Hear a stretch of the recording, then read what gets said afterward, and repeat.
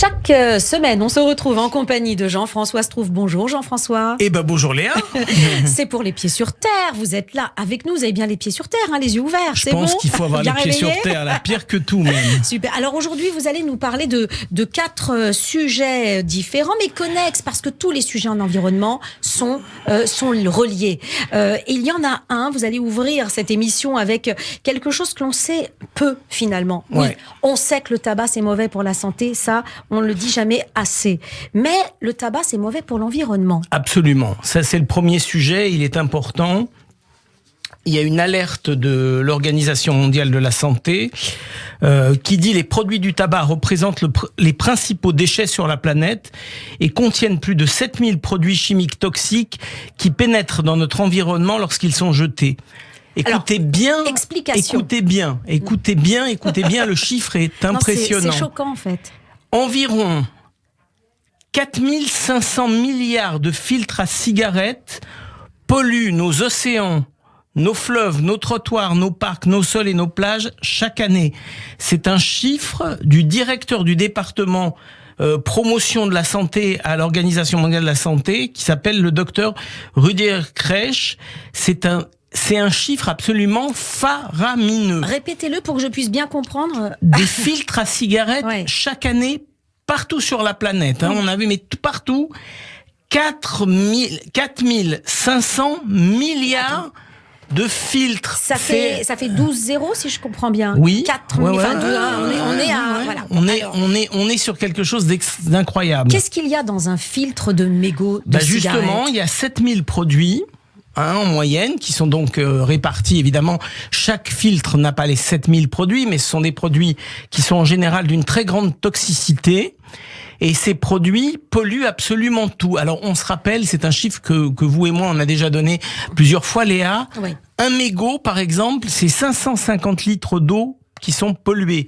Ça veut dire que quand on jette des mégots sur la plage et que la mer emporte ces mégots, chaque mégot pollue 550 litres d'eau. Alors là, vous dites Donc, la plage, oui. mais dans les villes... Mais c'est l'idée même de la Surfrider Foundation qui fait des ramassages de mégots partout dans Paris, parce que les mégots qui sont dans Paris par terre, le geste habituel de tous les fumeurs, je les regarde dans la rue, j'ai vraiment envie de leur offrir des cendriers mobiles.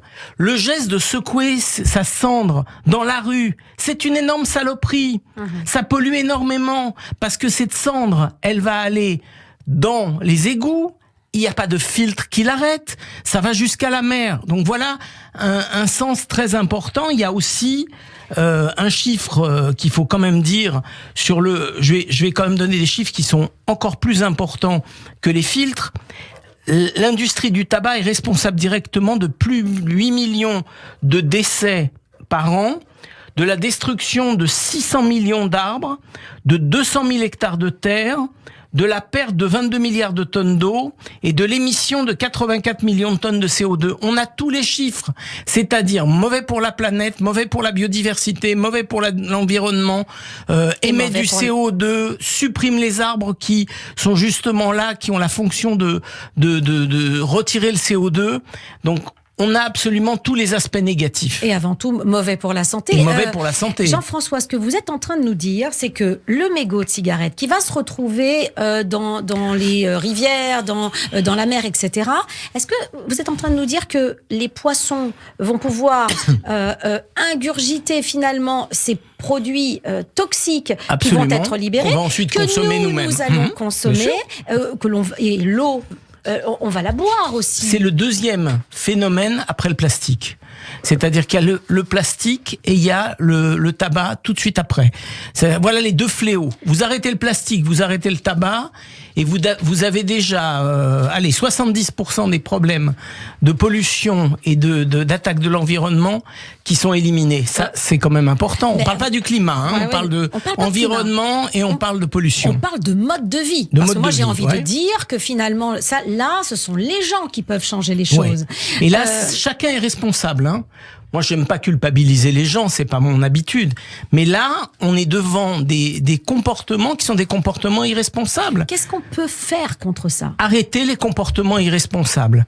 Regardez l'état de la planète. Regardez, quand vous entendez les informations et que vous savez que 2 heures avant, vous avez balancé vos mégots par terre ou balancé vos cendres dans la rue, vous portez la responsabilité de cette attaque contre la planète. Alors, chacun individuellement et tous collectivement. Alors, j'entends bien, mais par exemple, pour le plastique, on comprend que le plastique finalement est interdit, on va le remplacer par du carton, etc. Mais maintenant, pour la cigarette, vous allez pouvoir empêcher, avec toutes les personnes qui fument et puis l'industrie du tabac qui est derrière. Des amendes quand des gens jettent des mégots sur la voie publique.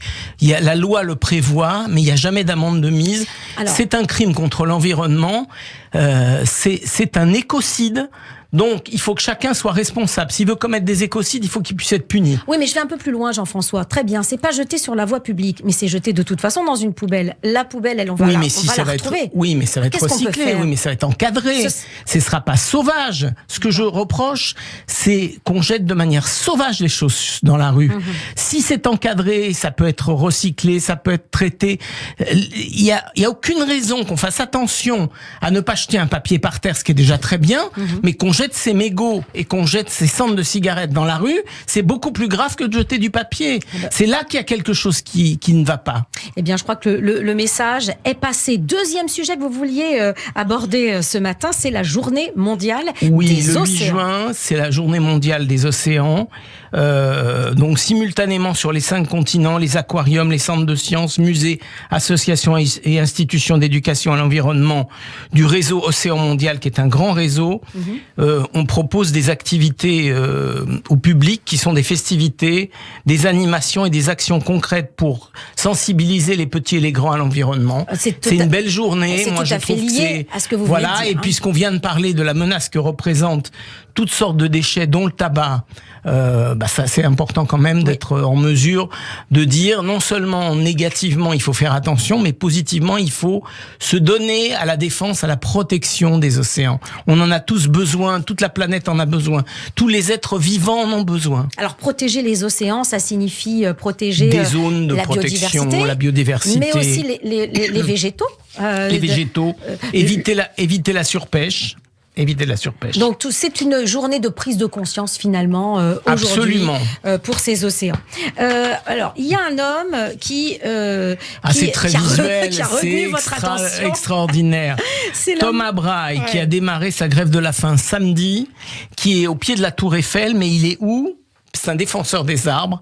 Oui. Et je trouve son idée absolument phénoménale. Il est dans l'arbre, c'est-à-dire qu'il s'est installé dans un arbre au pied de la Tour Eiffel. Et les intervieweurs s'éclatent parce qu'ils doivent ils doivent mettre des micros sur une espèce de corde qui fait remonter pour parler dedans les micros. Alors, c'est extraordinaire. Franchement, une action non violente, intelligente, visuelle, en rapport avec ce qu'il défend. Alors, Thomas Braille, bravo. Qu'est-ce qu'il veut dire alors, Thomas Braille Sensibilisation du gouvernement de la ville de Paris à la protection des arbres. Ouais. C'est tout. C'est un message qui se suffit à lui-même. Mais n'empêche que c'est très sérieux qu'il fait ça. Non, mais il est très sérieux. Il va jusqu'au bout de ses engagements. Ça fait plusieurs jours qu'il est dans un arbre. De temps en temps, il redescend, mais il est dans l'arbre. Et là, il fait la grève de la faim. Et moi, je pense que vraiment, il faut se solidariser avec un acte aussi intelligemment fait, avec un peu d'humour, avec beaucoup d'engagement. Et ces arbres-là, on en a besoin. Il n'y en a pas assez à Paris. Il n'y en a pas assez à Paris, absolument. Ça permettrait, il y a des constructions dans tous les sens. Oui, puis ça permettrait, par exemple, d'éviter l'effet plomb du soleil qui tape sur de la pierre, alors que les arbres font baisser la température, enlèvent le CO2. Et donc, c'est tout bénéf des arbres. Il faut y aller, il faut planter des arbres intelligemment, mais il faut en planter. Bon entendeur, il faut végétaliser les toits, il faut avancer sur la question des arbres. Quand on a un maire qui va changer la circulation dans le but d'enlever la pollution, ce maire-là devrait être logique avec... Massivement, il devrait y avoir des arbres partout. Pas les retirer, mais en ajouter partout. On a de la place à Paris, clairement, pour mettre des arbres. Mais comment ? Bon, alors on espère. Et enfin, on va terminer avec les petits bouts de chou. Les bouts de chou. Alors là, le sujet, il est tout trouvé. les bouts de chou, comment on commence à fumer dans la vie ? On commence à fumer parce que un enfant dit à un autre, à je ne sais pas à quel âge, c'est grave. Ça peut être à 8 ans, ça peut être à 10 ans, à 12 ans, à 14 ans, à 16 ans. Dis-moi, t'es pas capable de fumer, Oui, toi. c'est ça.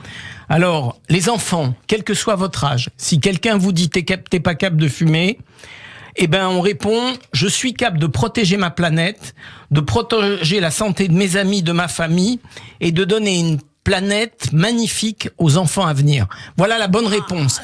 Moi, je suis capable de pas fumer justement parce que je suis pas un abruti qui copie les autres en pensant être un homme et je pense que pour être un homme, il faut d'abord protéger ma planète. Mais écoutez, moi je vous propose qu'on découpe ce que vous venez de dire et on le passe en boucle. Ça sera une bonne pub sur la radio et que les enfants peuvent apprendre par cœur. Ça c'est super bonne idée. Hein, c'est comme je suis capable de pas fumer.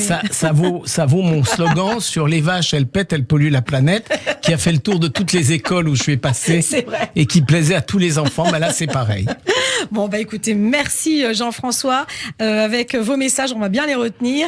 Et puis, on vous souhaite une bonne semaine. Et pareil, et puis à la semaine prochaine. Ouais, j'espère qu'on aura des océans un peu meilleurs. Hein, la semaine prochaine, on peut toujours essayer. Et puis dans quelques jours, on va pouvoir se baigner, partir sur les côtes, se baigner, faire attention à surtout pas polluer et surtout attention à la surpêche parce que vouloir manger du poisson, c'est bien, mais il faut pas non plus vider les océans et les mers. Merci Jean-François. Bonne semaine, à la semaine prochaine. À vous aussi.